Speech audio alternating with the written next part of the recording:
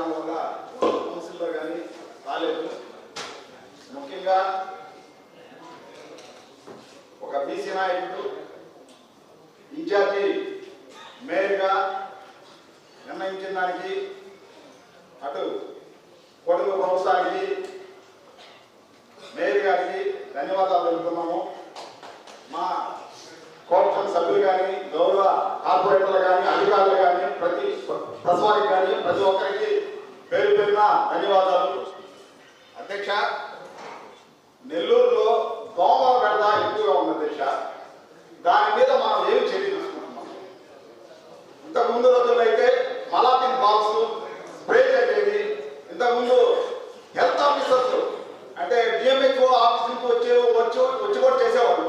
ఇప్పుడు అది ఎందువల్ల ఆ ప్రక్రియ జరగడం లేదు. అది కాకుండా కూడా విపరీతంగా ఉన్నాయి దోమలు. పొద్దులు రాత్రి తేడా లేకుండా దోమలు పుడుతున్నాయి అధ్యక్ష.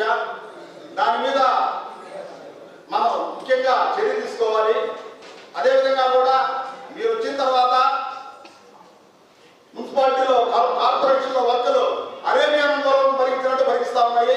చాలా సంతోషము. అదిగాక మీకు ఒక మంచి అనుభవం అనేది ఉంది.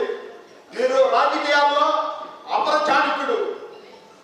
మీకు అన్నీ తెలుసు. గత ప్రభుత్వంలో ఏంది, ఈ ప్రభుత్వంలో ఏంది, గత కార్పొరేషన్లో ఏంది, ఈ కార్పొరేషన్లో ఏంది. మీకు కార్పొరేషన్లో అవకాశం చేస్తున్నారు. మీకు తెలియని విద్య అంటూ లేదు. తక్కువ సమాన గోకర్ణ గడికర్ణ విద్యలన్నీ మీకు తెలిసి కదా. మీరు ఈ కార్పొరేషన్ ని ఒక బీసీ మేయర్గా ఎవరు చేయని విధంగా మీరు చెప్పారు ఇందాక. కార్పొరేషన్ లో మంచి పేరు చేస్తాం, ఎవరు చేయని విధంగా చేస్తామన్నారు. అదేవిధంగా కూడా కూటమి ప్రభుత్వంలో మీకు అందరూ సహకరిస్తారు. మీరు చెప్పారు. మంత్రి నారాయణ గారు అయితేనేవ్వండి, శ్రీధర్ రెడ్డి గారు అయితేనేవ్వండి, బీపీఆర్ గారు అయితేనేవ్వండి, మీకు అందరూ అనుకూలమైన వాళ్ళే, మీకు అందరూ తెలిసిన వాళ్ళే. మీరు చేస్తున్నారు కాబట్టి ఈరోజు పనులు కూడా చాలా స్పీడ్గా జరుగుతున్నాయి. అదే కోణంలో కూడా నెల్లూరు అభివృద్ధిని, నగరపాలక సంస్థ అభివృద్ధిని మనం నమ్ముతాన పుచ్చుతున్నట్టు తీర్చిదిద్దాల్సిన బాధ్యత కూడా మీకుంది అధ్యక్ష. దీని మీద ముఖ్యంగా అధికారులతో మీరు చర్చించి, అధికారుల లోపాలు చాలా జరుగుతున్నాయి. దీన్ని మీరు పర్యవేక్షించాలి. ఆకస్మిక తనిఖీలు చేయాలి.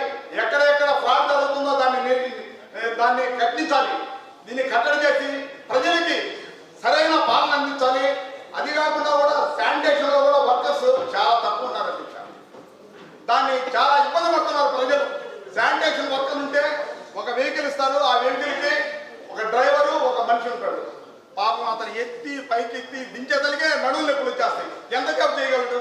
కనీసం ఒక అతను ఎత్తిన తర్వాత ఇంకో అతను తీసుకుపోయి తట్ట ఎత్తిపోయి ట్రాక్టర్లో వేయాలి. ఆ పరిస్థితి లేదు.